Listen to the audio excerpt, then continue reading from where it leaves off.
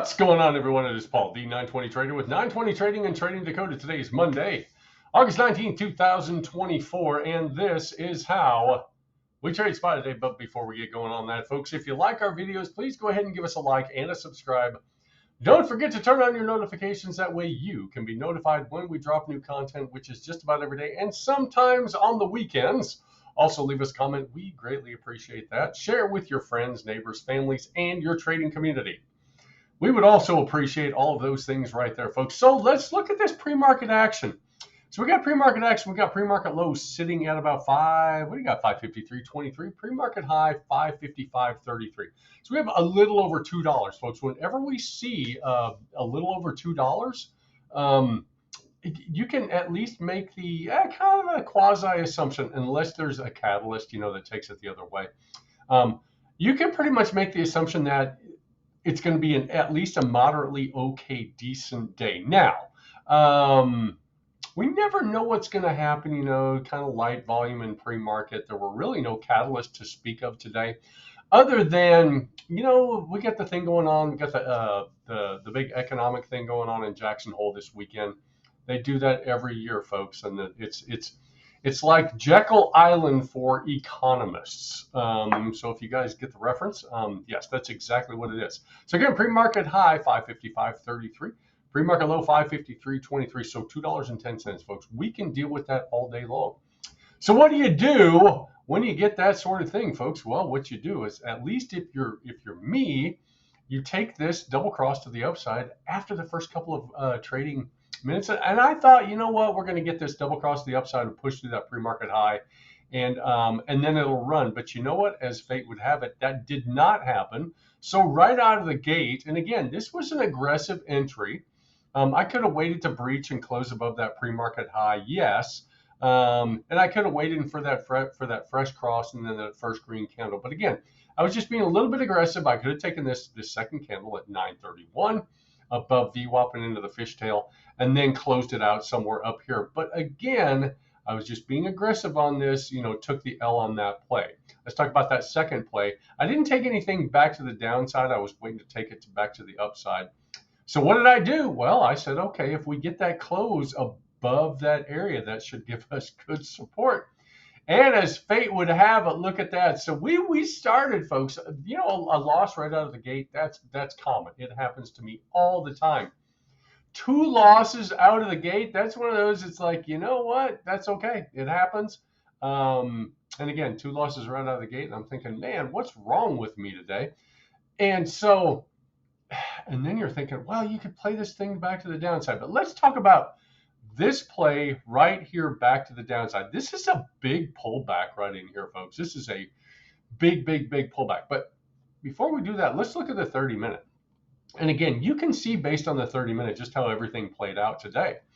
But look at the 30-minute. So we are pointing up. Everything is pointing up. Yes, you had pullbacks. You had that first pullback early in the day, which was, particularly, again, that's right around 10 o'clock. So that's going to be this action somewhere right around in here. So the pullbacks, that's on a 30-minute stick, so that's included in this candle right in here. Pullbacks are part of trading. Losses are part of trading, folks. So we just play what's in front of us. When we have the 30-minute, which is pointing up, now we're going to look at the 15-minute and look at that 15-minute also. So everything is still well above the 9 on the 30-minute. Yeah, you can have some situations where you hit a strong supply zone, it reacts out of that supply zone, and then comes down. That's not what happened today, though, folks. Now, again, these pullbacks, and we talked about these pullbacks with a group. I said, guys, these pullbacks today are particularly nasty. Now, this pullback, it kept me out because I'm thinking, okay, maybe we can short this thing back to the downside. So again, I didn't take it. I should have, trusted that higher time frame and then taken this back to the upside. Because this was truly a really super nice play back to the upside. Let's say you caught a fishtail play, so you're in this thing at 40 or 54.66. This is a $2 run, folks. This is a beautiful $2 run. We tested the 20. I mean, we rode this 9, had a couple of nice little candles. But again, I missed this, and I missed it. I just kind of sat on my thumbs while this thing was going off, and I said, guys, I missed it only because I thought we might be able to take this back to the downside. And again, I'm okay being wrong. I don't consider myself really wrong in here. These are just trades that didn't work out. If you frame it as being wrong, that's kind of a negative. Now, it's okay to be wrong in trading. You know, I looked at it wrong or whatever. As long as you don't make trading errors, folks, it's okay to be wrong. Again, aggressive play right in here, another aggressive play right in here, but we breached this area. I was trying to breach back to the upside, and again, thought we were going to run up. I just missed it, and again, then I missed it. Caused me to, well, it didn't cause me to do anything. I failed to take this thing back to the upside in this area. Now, in here, it got a little bit, yeah, not necessarily the best in the world, but pushed down right in here. And this is where I went to lunch. So I missed that trade. This is beautiful. Look at this. I mean, a really, really nice trade back to the upside. Could have called this pretty close to a fresh cross back to the upside. You know, I was just getting back at that time. So again, I missed that. And that's okay, folks. It's okay. Why I didn't take this setup in here, I have no earthly idea. I just don't know. It's an uptrending day. You get a fresh cross to the upside. And again, I didn't take that. But I did. I waited until we got to above this 557.39 and then just rode that sucker up. That was a really, really, really nice play that I didn't really have my expectation for this play in here. And again, these were really nice plays in here. I didn't have a whole lot of expectation, particularly when the candles started getting small in here. But I did know that this level up here, 557.87, was a level that I wanted to get to only because, well, let me see if I can show that volume profile. Because above that level, 87, and this volume was not here at this time. Above this level, it started getting really, really thin on volume. And again, this volume was laid down, you know, the last 30-minute slice of the day. But again, I was looking for that level. So I put on the trade right in here. And right about in here, I stepped away from my computer for a few minutes. And I came back and it was running around. I'm like, oh, it's always really nice to walk back into a trade. I wasn't really worried about this trade. I didn't really think it was going to, you know, hit this level and then reject hard off that level again. It was running up the vast majority of the day. So it's not that I atoned and made back that money. I did end up green, and this trade did make me green on the day. But if you look at, let's say you have 2 or 3 losing trades in a row and you're red on the day, the worst thing that you can possibly say to yourself is, I need to make that money back. Once that money is gone, once that money is out of your account, that money is never coming back. But what you can do is you can make more money, and you make more money by executing your trade according to you, or executing your trade according to your trading plan. It's all about the execution. This is an execution. This is a process business. If you're only interested in the results of your trade, guess what? You're going to have a really, really hard time doing well in the financial markets. And again, that's just my opinion. But again, caught this really, really nice play to the upside. And at that point, we're getting close to power hour. So power hour is right in here. And again, you can see my green. You can see the green one. So I say this all the time, that if your edge presents itself, you know, at the end of the day, and I was just looking for 350. If your edge presents itself at 350, put on the trade. But if your edge does not present itself at 350, do not put on the trade. Only because it's you have to. Well, you don't have to do anything, but it's incumbent upon you to trade your plan. If you're looking at the 350 like it's a gamble, please don't do that. Again, your edge must present itself. So 350, I said, okay, we got a cross to the upside. It's a green candle right here. I'm using POC, so this is my major level. We talk about these POC all the time, as that is a major level. So again, we got this cross to the upside, green candle on the 350 right here. Put on the trade, pulled back, and then it just started running. And then a couple minutes later, it just ran up and it got through this we got 558. 558.82, it just ran right through that level, and it was a really, really nice play back to the upside. Now, we are about 12, 13 minutes after close right now, and it's just kind of bounced around, not doing a whole lot.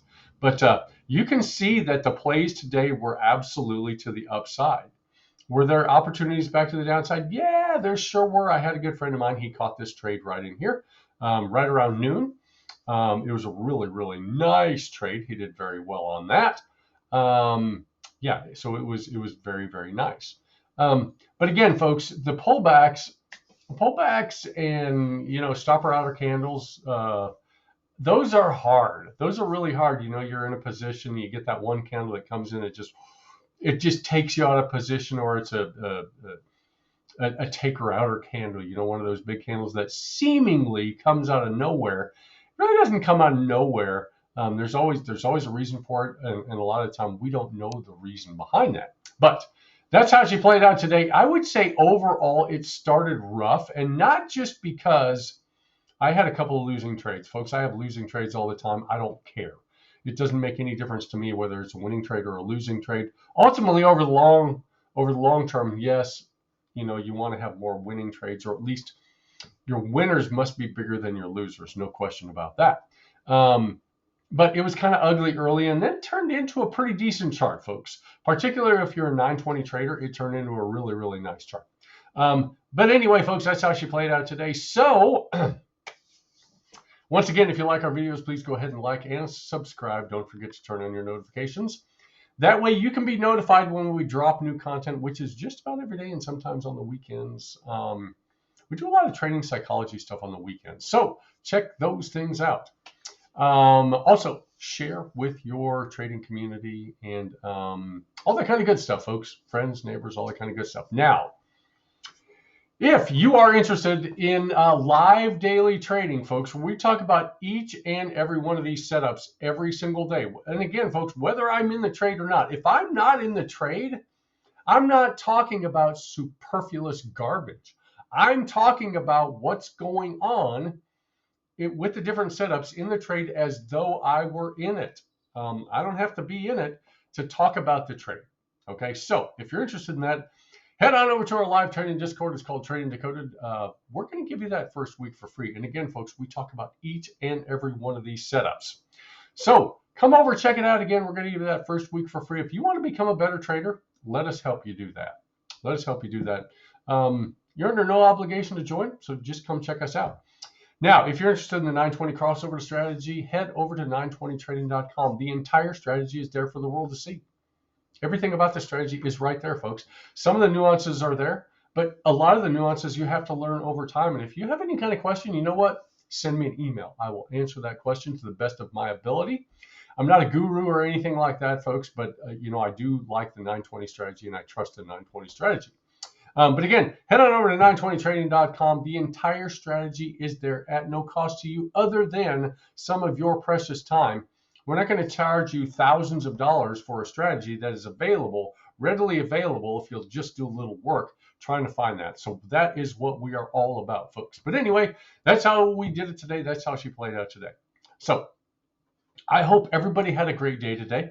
But you know what, above all else, I hope everybody followed their trading plan. Whether it was a red day or a green day, I hope you followed your trading plan. But we're going to do it again tomorrow, folks. So make sure to follow your trading plan. So have a great rest of the day, everybody.